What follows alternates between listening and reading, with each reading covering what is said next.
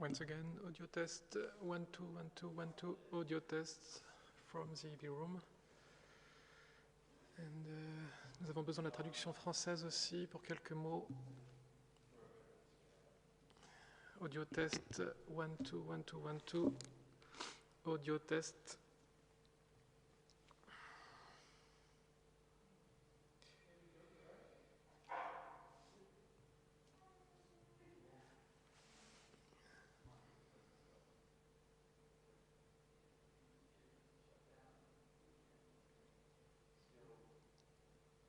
Sounds good. Okay, thank you.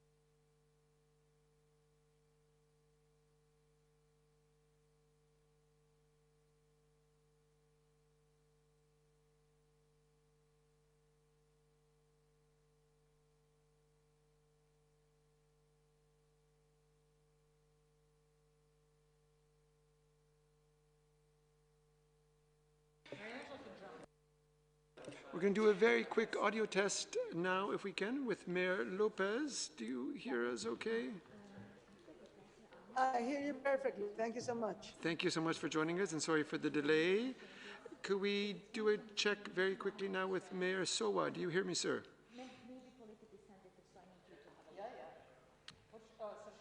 Yes, I can hear you. Perfect. I can hear you very well. Thank you for joining us, and sorry for this delay.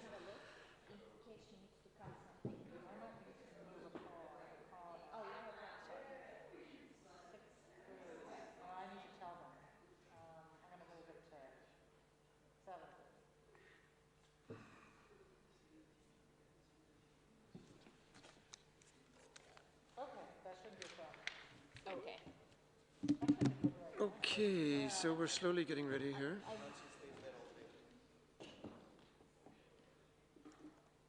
Thank you.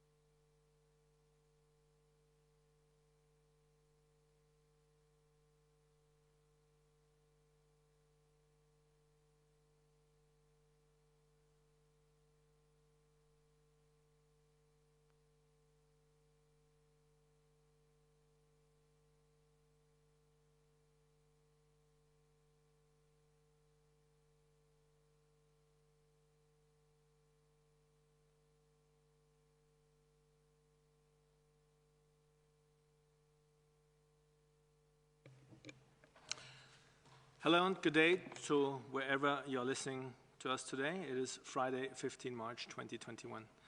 Apologies for the delay with some urgent last-minute changes. I hope you can all accommodate. Thank you.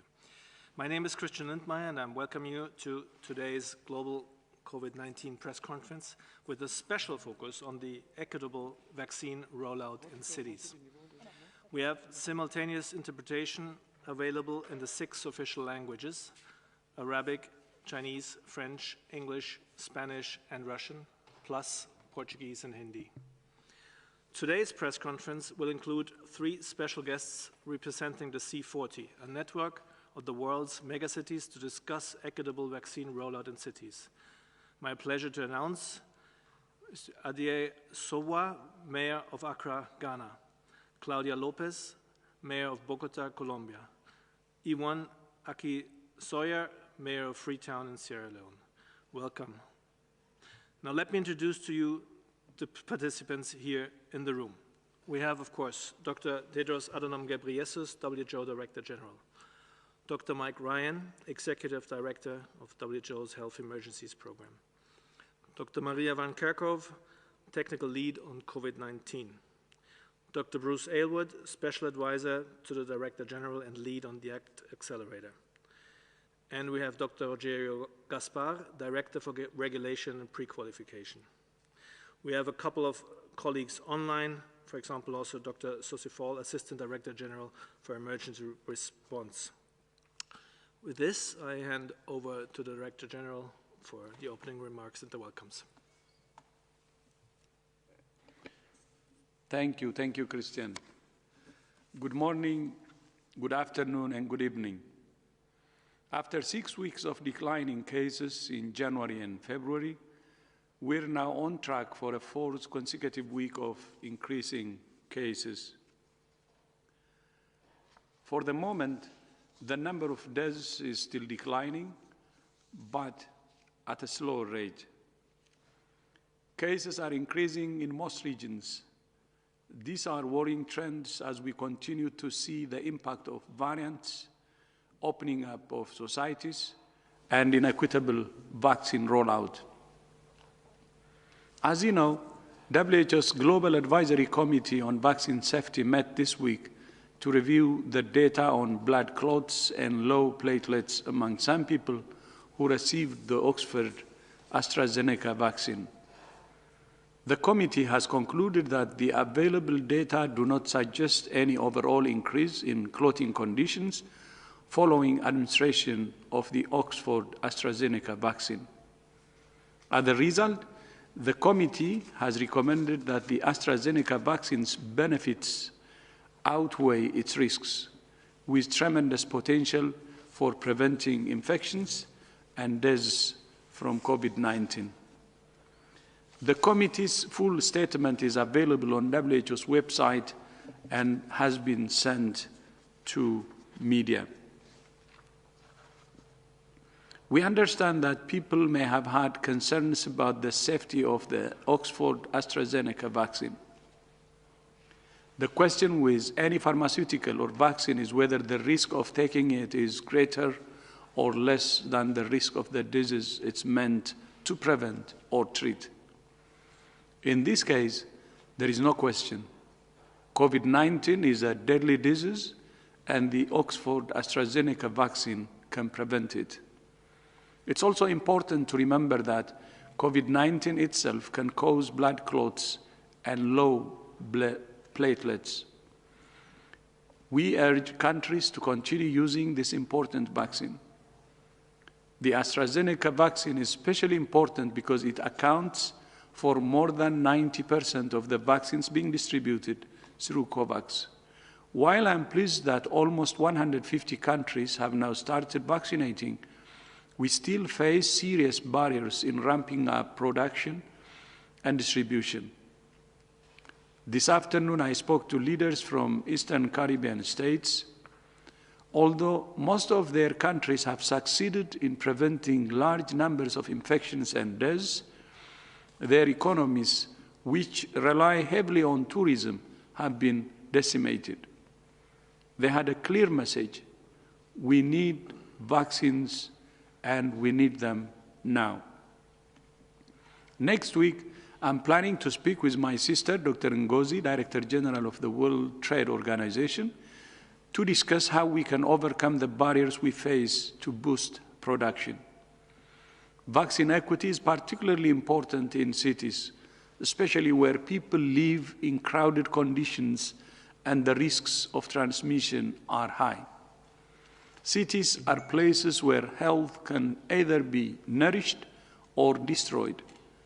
Yesterday, I had the honor of addressing the C40 network, which connects 97 of the world's biggest cities, representing more than 700 million people. Although its main focus is climate change and air pollution, the C40 cities recognize that vaccine equity is essential for controlling the pandemic and driving a healthy and green recovery. I would especially like to thank the Mayor of Los Angeles, Eric Garcetti, for signing WHO's declaration on vaccine equity in his capacity as chair of the C40 network. In response to the COVID-19, the WHO Healthy Cities Network has enabled cities to share experiences and lessons learned and to support the implementation of regional and national response plans and the WHO Strategic Preparedness and Response Plan. WHO is also part of the Bloomberg Partnership for Healthy Cities, which is offering cities support for vaccine preparedness and distribution.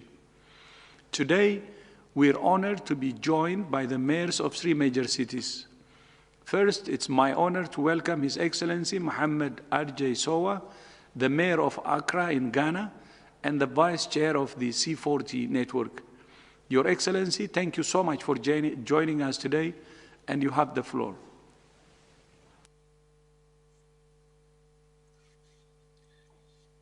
Thank you very much, the Director General of the World Health Organization, and we thank you for participating in our closed-door meeting yesterday, where you explained to us about the vaccine distribution across the globe. I'd like to speak briefly about what happened in Accra. Ghana received 600 doses of vaccine on 24th of February, and by 2nd March, we started the distribution of the vaccines. We had a couple of eligible people that took the vaccine: frontline security, health workers, executives, legislature, and other people that took the vaccine. The vaccine is to be taken in 2 phases: first jab and second jab in 8 weeks. But it was important for us as political leadership also to show that indeed the vaccines are safe. So the first person to take the vaccine was the president. And all of us as political leaders, religious and traditional leaders has taken our turns to take the vaccine. It's also important to state that Accra has a population of 5 million and we've taken only 300,000 doses of vaccine. Hence, there seems to be a high shortage of the vaccine. But the first phase is almost over, and some of the centers that we have already run out of the vaccines. We are calling for fair and equitable distribution of the vaccine globally, so that we will always have the vaccine in all the areas. Because Accra has a transient population of about 2 million. Meanwhile, the vaccination has started in 2 regions, Accra and Kumasi. Meanwhile, as people also troop into Accra, 2 million people, they may be carrying the vaccine, they may be carrying the virus, and they have to take it back. And that's where our concern is. Our concern also is that this transient population that moves in and out could be the virus carriers, and they may be spreading it across the country. We are also working actively on the vaccine hesitancy among our population and through media and all of us as political, traditional, and religious leaders taking our turns to talk to our people. So it appears that the appetite for the vaccine has gone up high. It is informative and instructive also to note that the pandemic could be dealt with comprehensively through equal access and proportionate distribution of the vaccines. We are calling for equity, else our global effort to reach herd immunity will elude us. We are recommending two things for us to consider. One, if we could prioritize the sharing of the surplus doses procured by rich countries, that will help us so that we can get more of the vaccine. And the second recommendation also is that if we will accelerate the technology transfers of vaccines for other manufacturing countries also to take up, so that we can have more of the vaccines, and then we will be able to reach herd immunity as quickly as possible. These are key things that we are looking at. We are hoping that as we move on in our conversation, I'll share more experience, and we thank you for this opportunity. Thank you. Thank you so much, Your Excellency, and thank you for the support of the C40 Network for Vaccine Equity. Now it's my honor to welcome Her Excellency Claudia Lopez, the Mayor of Bogota in Colombia. Your Excellency, buenos días, and you have the floor. Buenos días, un placer saludarlos a todos desde Bogotá, Colombia.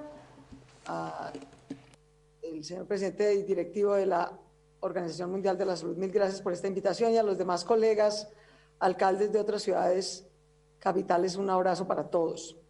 Sin duda, lograr superar en el tiempo este propósito que hasta ahora no hemos logrado conseguir, de que haya una distribución equitativa y justa en el mundo a través del mecanismo de COVAX fundamentalmente, o de algunos otros mecanismos de las vacunas, es crítico.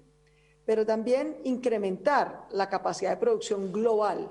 El mundo hizo casi un milagro, el mundo científico, y fue producir el suficiente conocimiento para que en el transcurso de un año lográramos tener varias vacunas confiables, seguras, para prevenir el COVID-19. Sin embargo, el gran cuello de botella en este momento no está en el conocimiento para haberla generado, sino en la capacidad de producción global para que todos podamos acceder. Mientras no haya suficiente capacidad de producción global, vamos a seguir teniendo inequidades en la distribución. Pensaría que en el inmediato corto plazo, y sugeriría, nos concentremos en dos propósitos muy concretos. Uno, en habilitar muchos más sitios de producción, en llegar a acuerdos que sean viables entre ciudades y países con las farmacéuticas que hoy tienen esta capacidad de conocimiento para incrementar capacidad de producción. En primer lugar, con el envasado y la distribución, con lo que se llama fill and finish, que es lo que en el inmediato corto plazo muchas ciudades capitales podríamos poner, pero que esto vaya con un contrato de compra, fill and finish, y transferencia de tecnología para que en un plazo más de mediano plazo podamos no solamente hacer fill and finish, sino contribuir a la producción de estas vacunas. Y de manera tal que un objetivo de largo plazo sea que a diferentes ciudades y países nos quede la transferencia de tecnología y conocimiento para producir otro tipo de vacunas, no solamente las del COVID, sino que con esa transferencia de conocimiento y tecnología de esta vacuna del COVID-19 podamos desarrollar capacidades para otras. Hablo desde mi país, Bogotá y Colombia. Colombia tuvo la capacidad de producir vacunas para diferentes enfermedades hasta el año 2001. Por dejar de hacer la inversión científica y biotecnológica necesaria, perdió esa capacidad desde entonces, hace ya 20 años. Y qué caro estamos pagando esa pérdida de capacidad de conocimiento. Bogotá, que es la capital de Colombia, se complace, digamos, se enorgullece de tener aquí, localizada en nuestra ciudad, las mejores universidades públicas y privadas. Bogotá produce el 25% del PIB de Colombia. Es una ciudad de 8 millones de habitantes, vibrante, con un sector público muy robusto, con un sector académico y científico muy robusto. Hemos decidido proponerle al gobierno nacional y a 4 farmacéuticas, la rusa de Sputnik, la china que tiene un portafolio de varias vacunas, AstraZeneca y Johnson Johnson, que hagan un acuerdo como el que acabo de describir con Bogotá. Un acuerdo que incluya compra, fill and finish en el corto plazo, producción de la vacuna del COVID en el mediano y transferencia de conocimiento y tecnología para que podamos producir otro tipo de vacunas nuevamente en Bogotá y en Colombia. Y le agradecería profundamente a la Organización Mundial de la Salud que nos facilite y nos ayude a concretar este tipo de acuerdos ya con varias ciudades capitales. En América Latina, como lo saben ustedes, Argentina, Brasil y México han avanzado en esa dirección. Bogotá está lista. Bogotá no solamente tiene la capacidad científica, la capacidad de alianza de recursos entre el sector público y privado para que esto no sea simplemente la iniciativa de este gobierno, sino que trascienda en el tiempo. Tenemos los recursos públicos y privados, financieros y de conocimiento para sacar esta alianza adelante. Y además tenemos una posición logística de distribución envidiable por nuestra geografía. Somos justo el hub en la mitad de toda América, lo cual facilita además interconexiones logísticas y de distribución para América Latina, para América en general y para el mundo. Esto, por supuesto, requiere inversión pública. Tenemos los recursos públicos para hacerlo y si son necesarios más, tenemos los recursos necesarios para hacerlo. Y nos parece que la Organización Mundial de la Salud podría facilitarnos concretar este tipo de acuerdos. ¿Por qué escogimos esas 4 farmacéuticas? No porque tengamos dudas ni más faltada de las demás, sino porque esas 4 farmacéuticas que utilizan la tecnología de adenovirus o virus atenuado es la tecnología que sería posible adaptar en Colombia en un plazo relativamente mediano para poder producir otro tipo de vacunas, para que nos quede esa capacidad no solamente para el COVID, sino para otro tipo de vacunas. Yo la verdad creo que esa es la acción de corto plazo, que en la Organización Mundial de la Salud nos pongamos de acuerdo en otras ciudades, porque es que al final no solamente es un acuerdo entre países, sino entre ciudades capitales, entre ciudades del mundo que tengamos la capacidad de conocimiento científico, de inversión público-privada para sacar este tipo de iniciativas adelante, lo que nos va a ayudar a incrementar la capacidad de producción global, que es donde está hoy el principal cuello de botella, para que logremos sacar la vacuna en el mundo adelante. Haría una segunda sugerencia. Bogotá, por ejemplo, y Colombia, el Ministerio de Salud con quienes trabajamos muy de la mano, y nuestro Ministerio de Salud diseñó un plan de vacunación cuyo fundamento bioético compartimos, y fue darle prioridad a la población de más alto riesgo. Más de la mitad de quienes se agravan seriamente o fallecen de esta enfermedad tienen más de 60 años. Y el gobierno de Colombia decidió priorizar por escalas de edad, los mayores de 80, luego los mayores de 70, luego los mayores de 60, por el riesgo que corren la vacunación.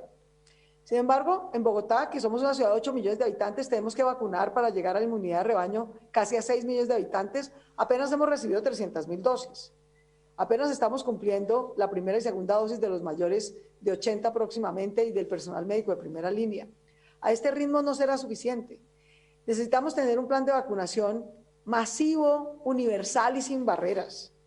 Las barreras que están poniendo, por ejemplo, en nuestro caso, el gobierno de Colombia, realmente no solamente es por razones bioéticas que compartimos, a mayor riesgo, mayor proximidad en la vacunación, sino realmente porque no tienen vacunas. Entonces hacen el proceso enredado, piden registros. Tenemos más registradores que vacunadores.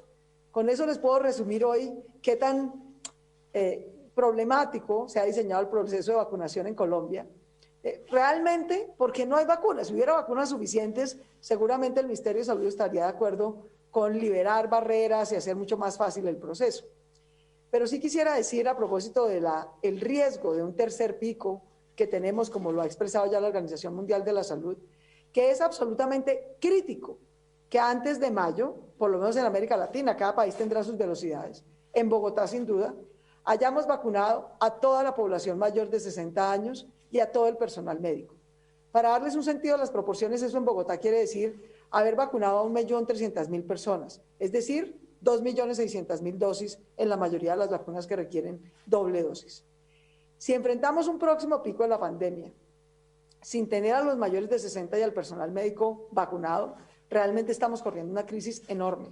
Lo único que nos va a mitigar el efecto de un próximo pico de la pandemia es esa vacunación, de quienes más riesgo corren y de quienes más riesgo corren por razones profesionales.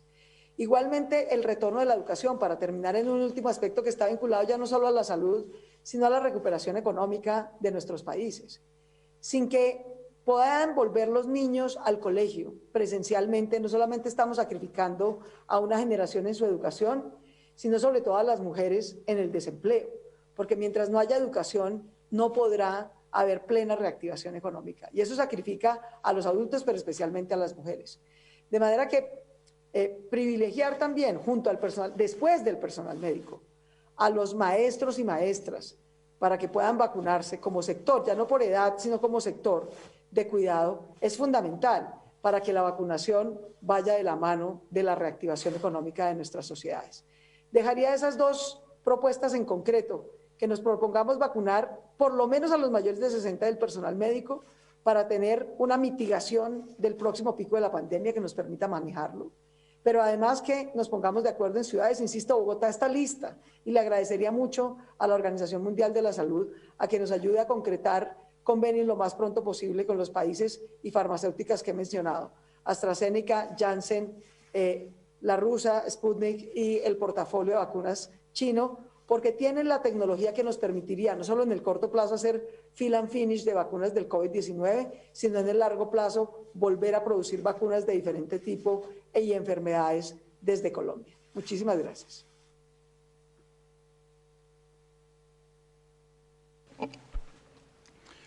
Muchas gracias, Your Excellency, and thank you once again for using your voice to call for vaccine equity. And last but not least, it's my honor to welcome Her Excellency Yvan Aki Sawyer, the Mayor of Freetown in Sierra Leone. Your Excellency, welcome and thank you for joining us. You have the floor. Thank you so much, Dr. Nicholas. And thank you very much to C40s for giving us as representatives the platform to share some reflections. As you said, I'm the Mayor of Freetown, and here in Sierra Leone, the rollout began just this week, on Monday, and we have currently 296,000 doses, which will need to be split into two, of course, because they're double doses, so that it just represents a very small percentage of the overall population. And although there are more vaccines expected in country, the challenge that has been expressed by my colleague mayors is one that we face as well in the city of Freetown. But it's also a challenge which we all know is facing the entire continent of Africa, where the orders for vaccines currently stand at about 38% of what is required. And as we met yesterday, and again, thank you, Dr. Tedros, for joining that closed-door meeting with C40 mayors, it's been really fascinating to hear the experiences from across the world, to hear the experiences of those who really, like Los Angeles, are able to talk about a mass vaccination rollout, in contrast to some of us, where it's a rollout, but can you use the word mass in that context? And to have conversations around vaccine hesitancy, something which is really, really key, so that even where you have the vaccines, you still have challenges with having acceptance of the vaccines by members of the population. Different ideas are being shared by mayors, different experiences, and we are learning from each other how to overcome that hesitancy. But perhaps what I'd like to focus on most is this question of inequity, and what will be the long-term impact in respect of the ability for us as cities, and of course as countries also, to ensure that this green and just recovery that everyone's been talking about actually happens. Green is an element which will require financing. Just is an element which requires equity. What we don't want to see, and I was very interested in what Dr. Tedros said about his meeting just now with the Caribbean islands, island leaders, what we don't want to see is greater inequality being driven by the inequality of a vaccine rollout. And this is really a possibility. A country like ours and a city like mine has not seen the devastation in numbers from a health perspective that other people, other cities have experienced around the world. To date, we've had 2,222 cases, confirmed cases in Freetown. Of course, we know the testing could have been more and therefore the numbers could have been more. But that notwithstanding, we're still talking about 2,000 plus cases and 80 deaths. You'd almost think that COVID had passed us by, but it hasn't, because the economic impact has been significant. And what we face and what other countries and cities in emerging economies that don't have the access to the vaccine in the same way as countries who are ordering 5 times what they require, 3 times what they require, and holding on to these. What we face is economic exclusion and greater inequality. We face a risk of being in a situation where vaccine proof, vaccine passes are needed for travel. That could have an impact on, well, certainly will have an impact on tourism, because if you have a vaccine pass, you're not going to come as a tourist to a country where there's very low levels of vaccination. And similarly, when it comes to value chains, this is again an area where we could see our countries being excluded.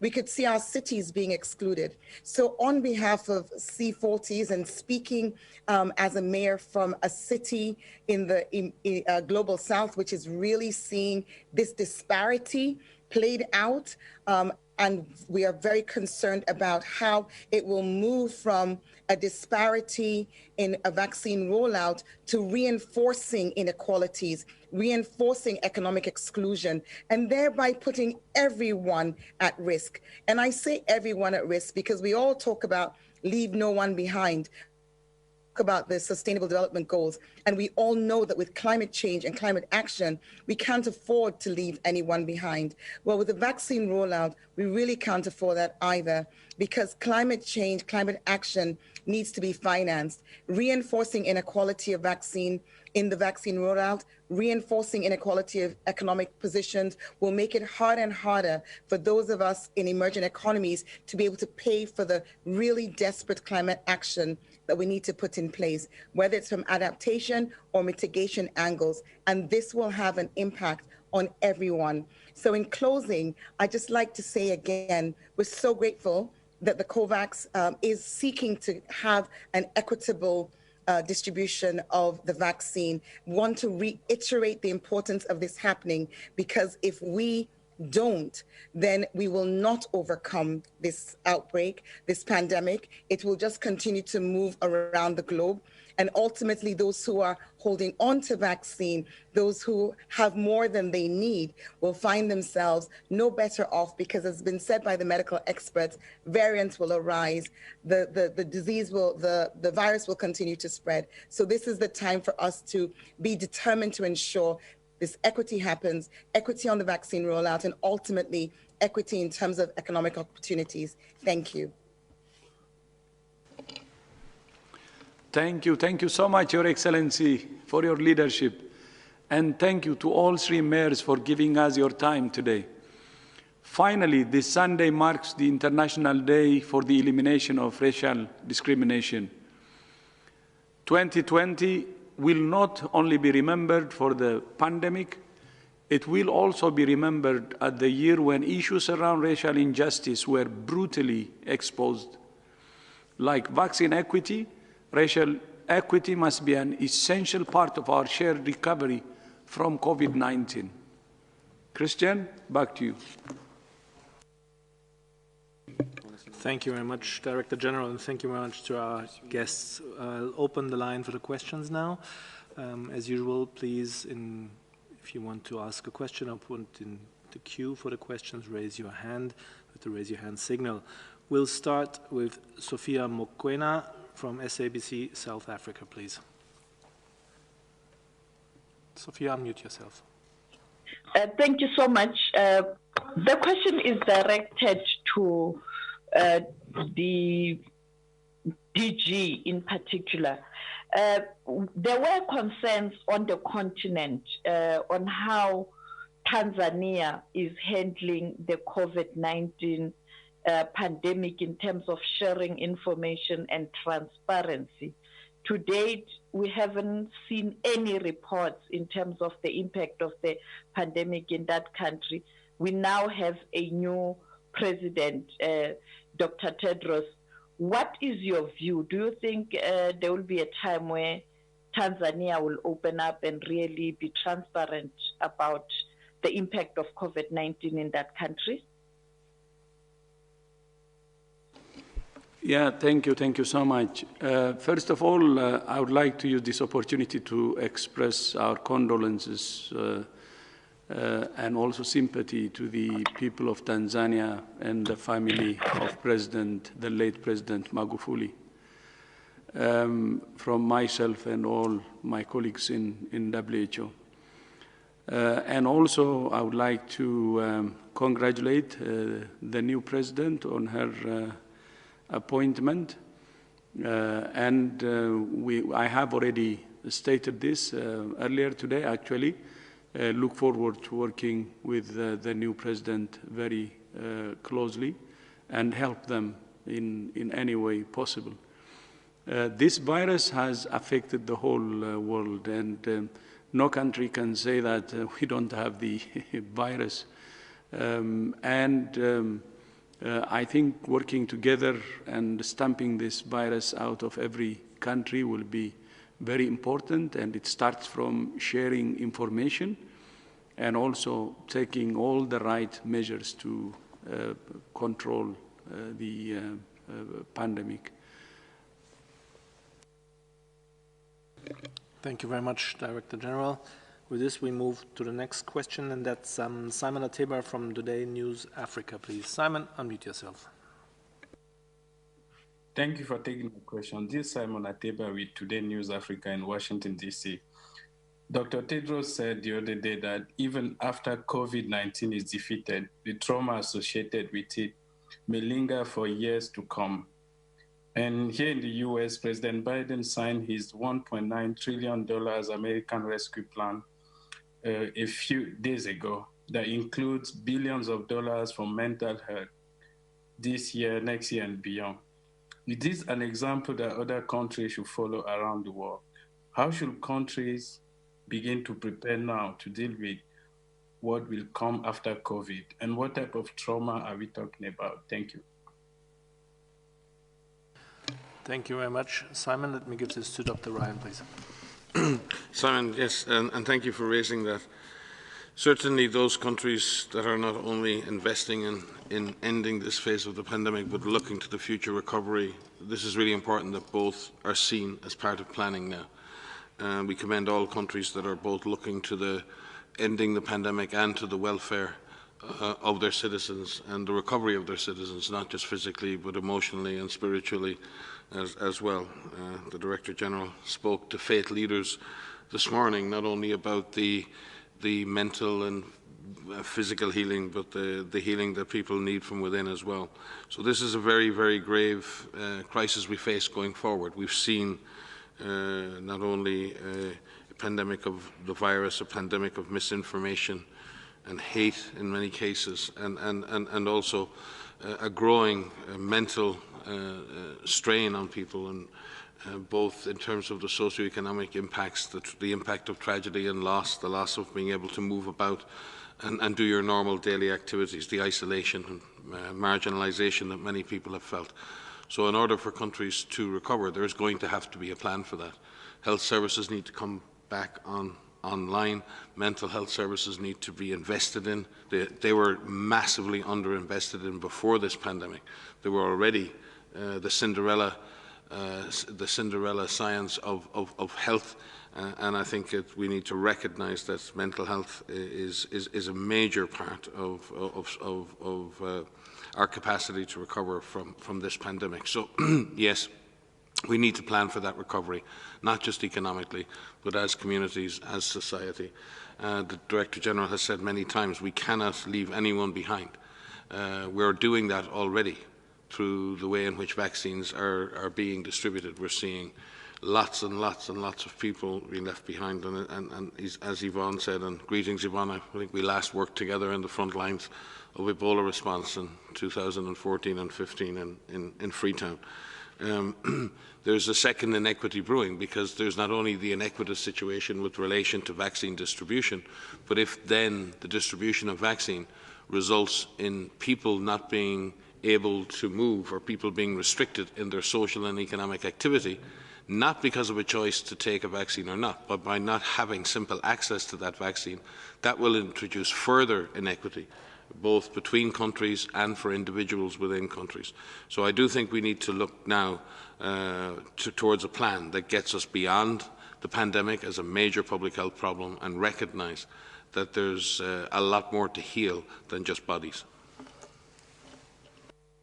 If I could just come in very briefly and just mention that WHO with partners have issued a lot of different types of advice and guidance on how to deal with coping with this pandemic of people of all ages, whether they're children, and releasing a book to talk about how children are coping with the uncertainties of what's happening right now, with schools being closed, of maybe losing a parent or a grandparent to this disease, all the way through up through older ages.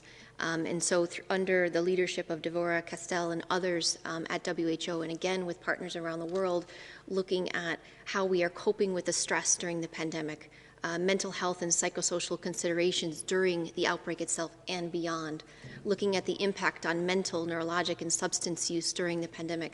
There's a whole series of guidance materials that WHO has issued to help support with this and think now, you know, how do we help people now? Because all of us have been impacted by this pandemic.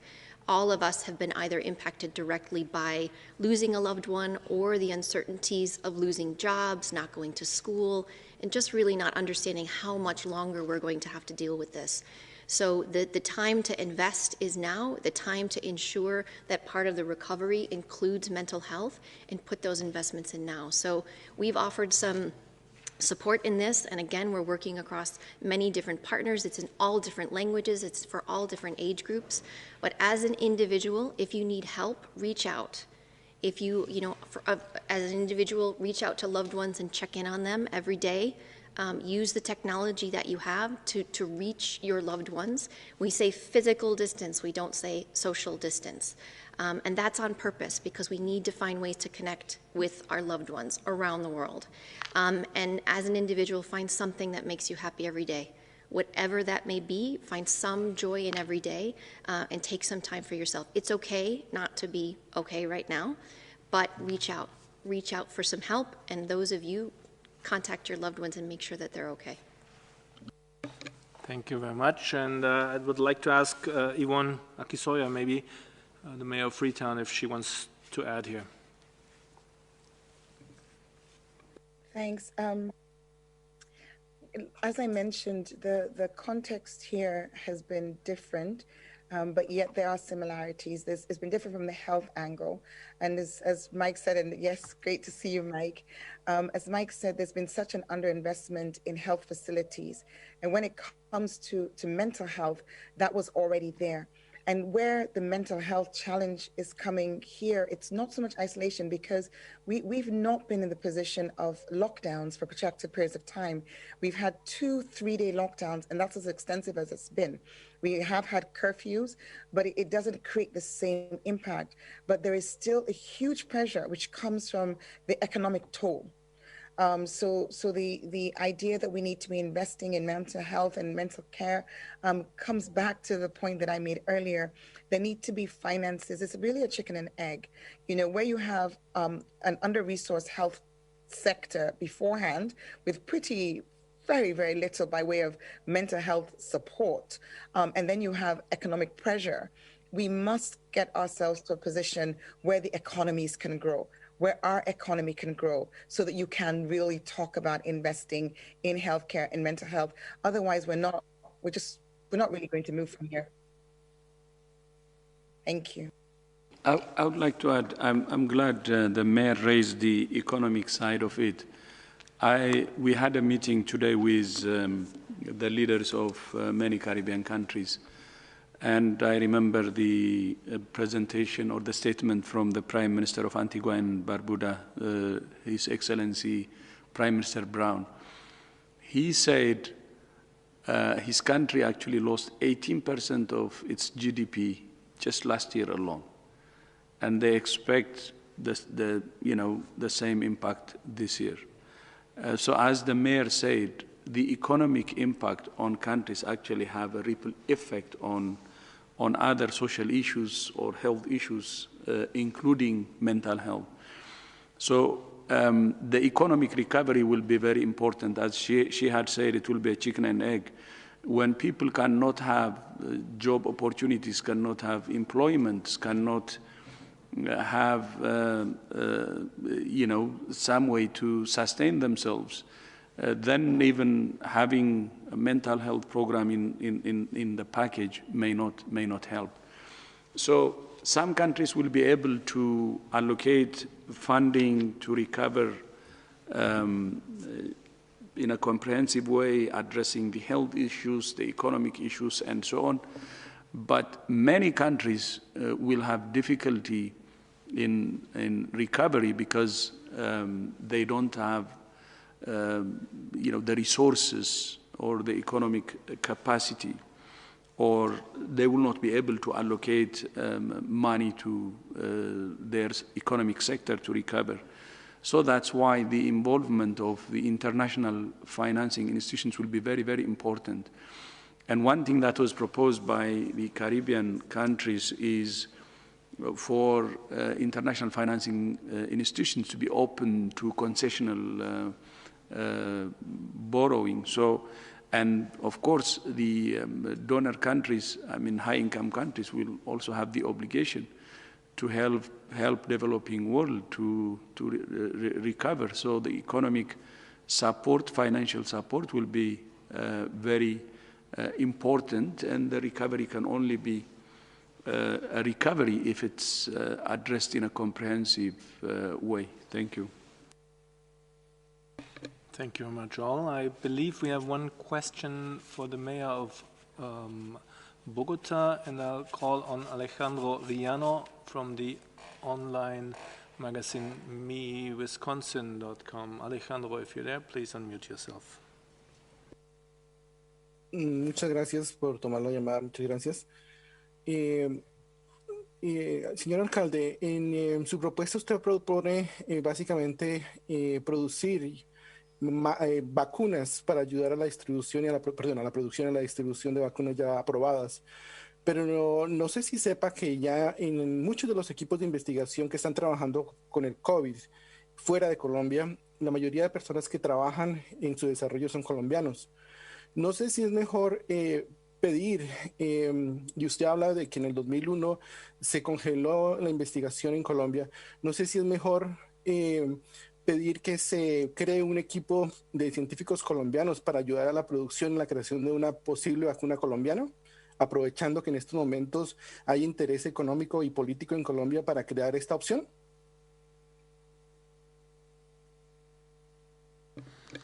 Now, Alejandro, I have to apologize because as you started speaking, unfortunately, the mayor dropped off because I understand she had to leave for somewhere else. And unfortunately, this is not a question that we can refer to any other of the mayors. It's a very Bogota-specific one. Apologies again, and I'll have to go to the next question, and that would be for Helen Branswell from Stat News. Helen, please unmute yourself.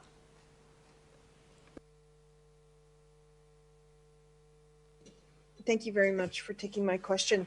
I think it would be for Dr. Samara or Dr. O'Brien if they're on the line.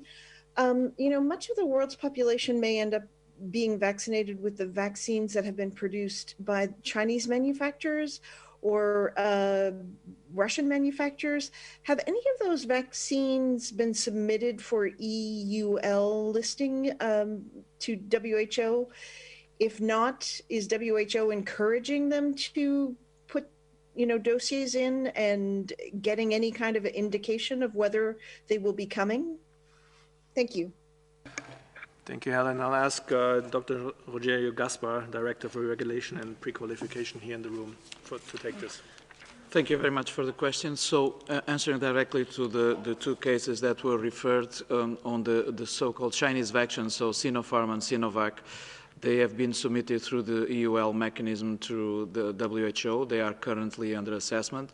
As it was referred in the previous meetings, WHO conducted site inspections since January on the manufacturing sites in China, with all the difficulties going through the quarantines as it was reported at that moment in time.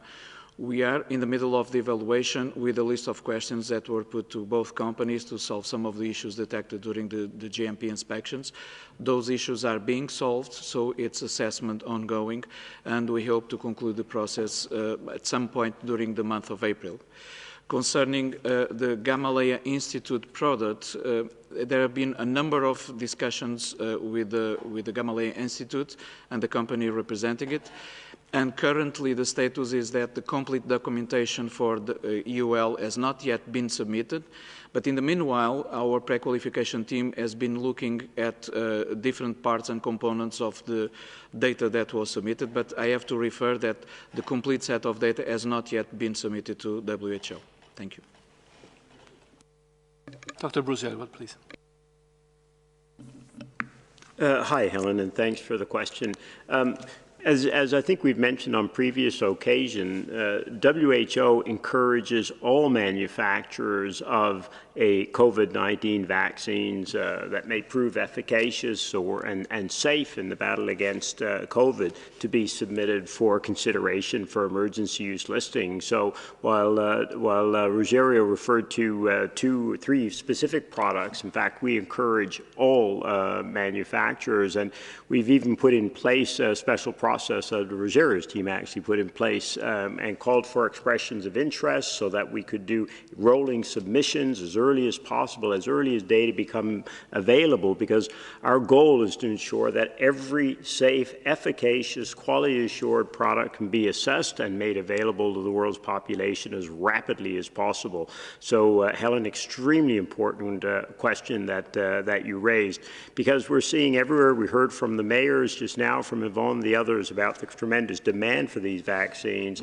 So we're trying to look at every single product as rapidly as possible. And I would go back again and reiterate the plea the Director General has made to manufacturers since last year to engage with that process, submit those products as rapidly as possible and the data so that we can ensure that they're fully assessed as rapidly as possible. So thanks again, super important question, especially in this time where there simply is not enough vaccine to meet the demands and needs of the world. Thank you very much, both. With this, we move to Corinne Gretler from Bloomberg. Corinne, please unmute yourself. Hi, thanks for taking my question. It's just a super quick one on the timing of the publication of the Origin study report. Is that still slated to be published next week, as far as you know, or is it looking maybe more likely to be the following week?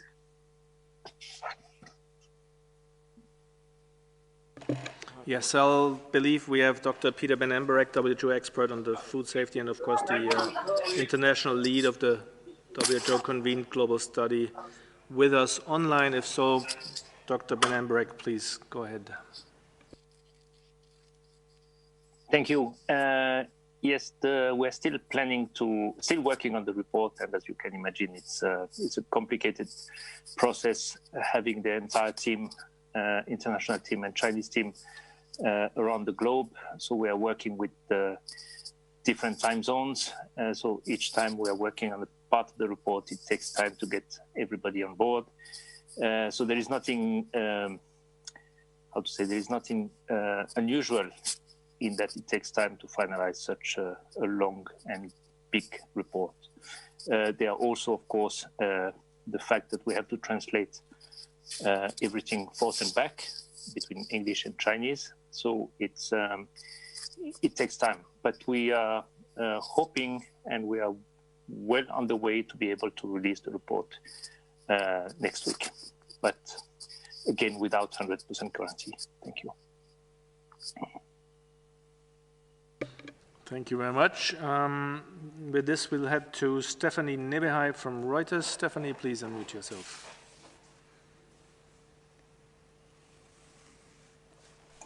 Actually, that was my question also regarding the timing of the report, whether you thought it would still be issued in March, because my understanding is it's, there's been a lot of back and forth, and that the timing has been delayed again. Do you expect it in March then? I think that was just answered. Dr. Ben-Emberg said most likely next week without 100% guarantee, and that would just work with the timeline. So thank you, and I'll go for the next question. That's John Saracostas from The Lancet. John, please go ahead.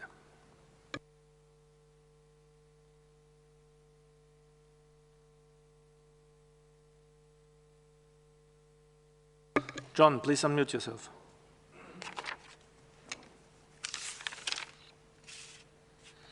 I don't hear from John Saracostas. We'll move to the next person. That's Nina Larson from the AFP. Nina, please unmute yourself. Yes, hi, can you hear me? Very well. Okay, thank you. Thanks for taking my question. Following the recommendations from the EMA and also now the WHO, a number of countries have now said they'll resume vaccination with the AstraZeneca vaccine.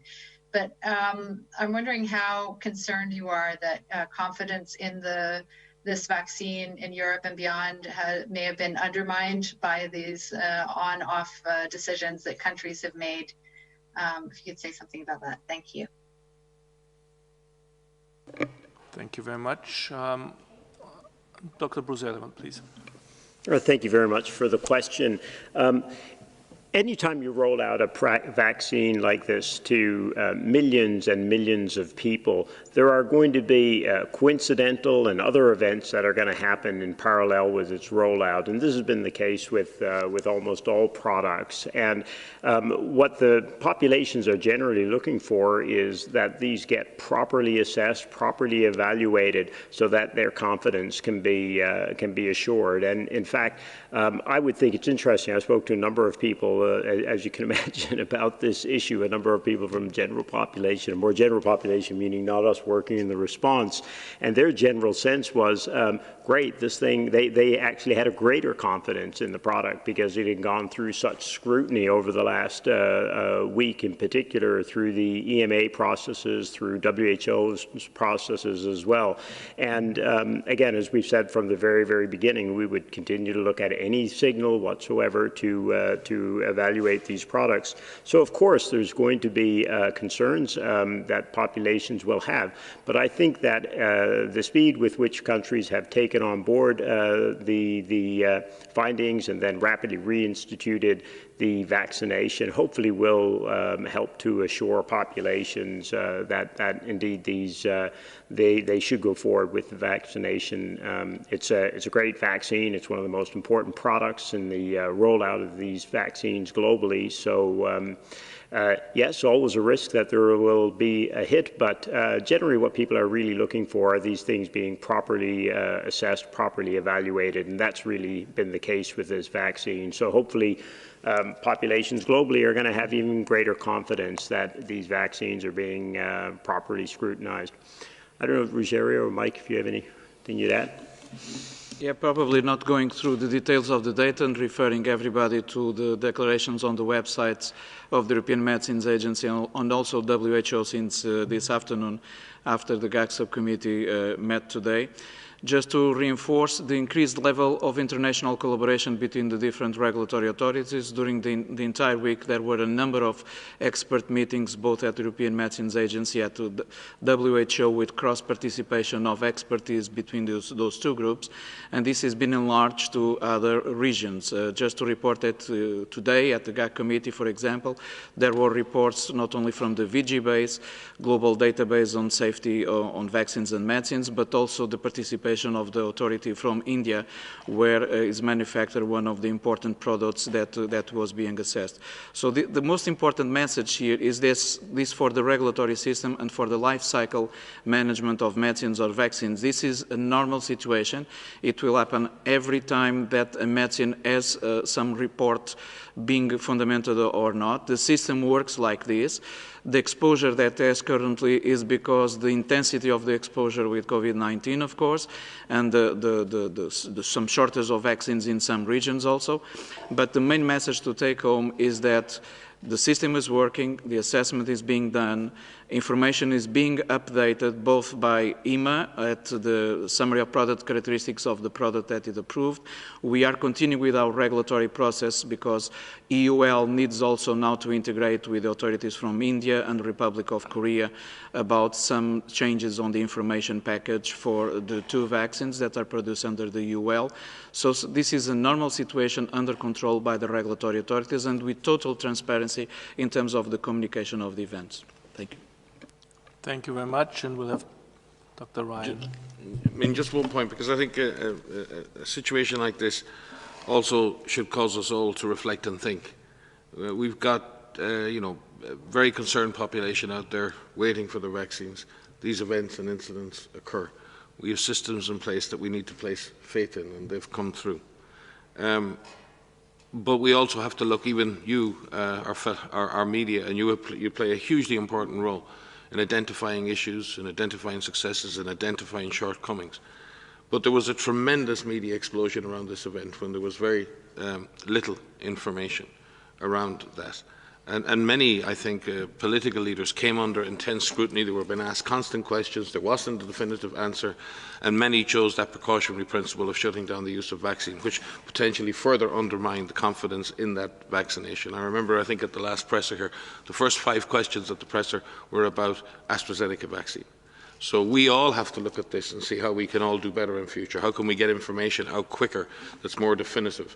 How we can trust in those regulatory agencies which have proven themselves again and again and again. But also how we communicate around these issues, especially as Rosario said, this happens with new products, but we're all operating in a new environment. This happened before, but nobody, we didn't have this intense 24-hour media cycle, this intense scrutiny. It's a very important part of the cycle to have that scrutiny. But it is generating unwanted effects because in the end, we get to the end of this and resolve. You've written your articles, the EMA have written their press statements, so have WHO, but what may be left in the aftermath of that is very confused people who now have some doubts in their minds, and that's the awful outcome of this. And all of us need to look, all of us, including you, our colleagues in the media, at what part we play in that process and how we can find better ways to do this in the future. Dr. Maria van Kerkhoff, please. Yeah, thank you. Sorry, I know it's a lot of answers to one question, but it's an important one, and I just wanted to acknowledge the concerns of people. So we've talked about the vaccines itself and the process of itself, and these are safe and effective vaccines, and it's important that vaccination continues. But I think it's important that we acknowledge that people have questions, that people have concerns, and this is normal, this is natural, this is good. But you need to make sure you find information from good sources so that any fear that you may have or questions that you have, you find the right information to answer those questions. So it's good to question, it's good to ask, but it's good to get the right information. We have seen these are safe and effective vaccines, and vaccination is a critical part of ending this pandemic, as is physical distancing, washing your hands, cleaning your hands, making sure you avoid crowded spaces, opening up of windows, practicing respiratory etiquette. All of this plays a role, and vaccination is an incredibly powerful tool that we have now added to our toolkit. So ask the questions, demand good answers, but find good sources of information, and know that the processes are in place to look and to challenge and to make sure that we have safe and effective vaccines that are out there. Thank you very much for these really important clarifications. We've come to the end of our cycle of questions. We've reached the hour, and before I give back to Dr. Tedros for the final comments, I would like to ask the mayors if there are any final comments to make, or Dr. Tedros, you want to invite them possibly. Let's look for the mayors. Freetown, please. Thank you. I think I just want to reiterate what we've been saying earlier on, and which has come up a number of times, the importance of us not overlooking the economic impact that this inequitable distribution could result in. So really just putting the onus back onto those countries, those economies, WHO and its partners, to continue to appeal for us not to make the wrong decision.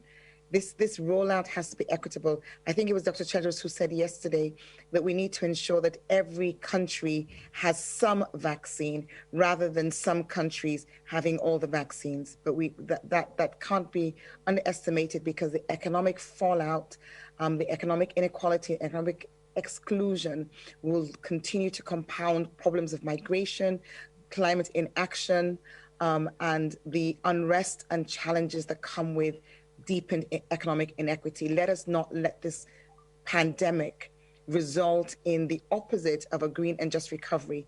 A green and just recovery is what we need. An equitable rollout of the vaccine is going to be a key part of making sure we get that. Thank you. Thank you so much, Yvonne Akisoya, Mayor of Freetown, Sierra Leone. I'll hand over to Ajay Sowa, the Mayor of Accra, Ghana. Thank you very much. I associate myself with the comment made by my colleague, Mayor Akisoya of Freetown, and I want to add that it's extremely important in this time, as we experience this pandemic, that equity becomes a hallmark in everything that we do, because we are not living in normal times. And what we are experiencing currently, that some countries have more than necessary of vaccines whilst others do not have, is completely unacceptable and it's unfair. Hence, I'm appealing to the WHO to use all powerful means that you have, and all stakeholders, including the media, mayors, and political leaders, to add their voice for equitable distribution of the vaccine. Africa is currently experiencing low vaccines that had been able to give it to us, and that is not fair at all.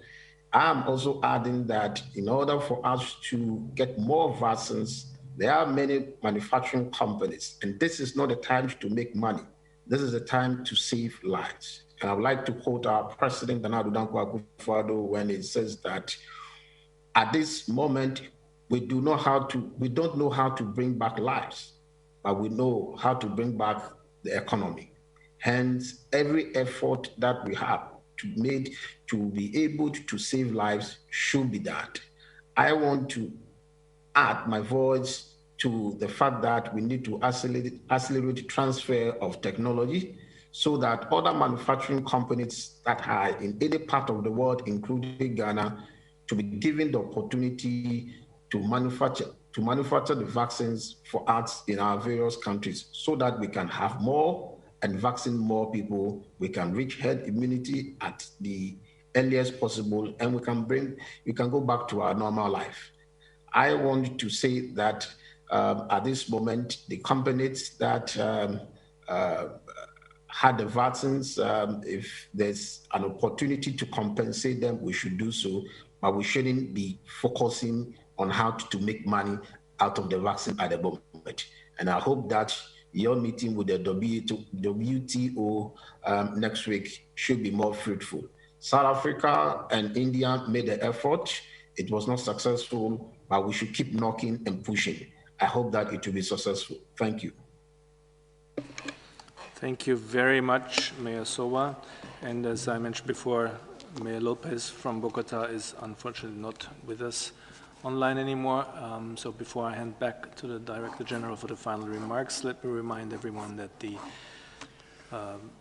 sound records from today's press briefing and the statement will be issued right after this briefing, and the whole briefing will be online. The transcript will be online as of tomorrow. Director General, please. Thank you, Christian. So I would like to borrow from what Mayor Sowa said, keep pushing. So we will keep pushing. And I fully concur with what you said, Mayor Sowa and Mayor Akisoya. I fully concur with what you said, so I think that would be enough instead of adding more. You have said all the things that should be said, and thank you so much. And I would like to thank all mayors, Mayor Sowa, Mayor Akisoya, and Mayor Lopez, for joining us today, and look forward to continue to working with you, not only on vaccine equity, but on healthy cities, climate change, air pollution, and the other agenda that we have together. And thank you also to the media who joined us today, and all colleagues in the presser and our interpreters. Bon weekend. Thank you so much.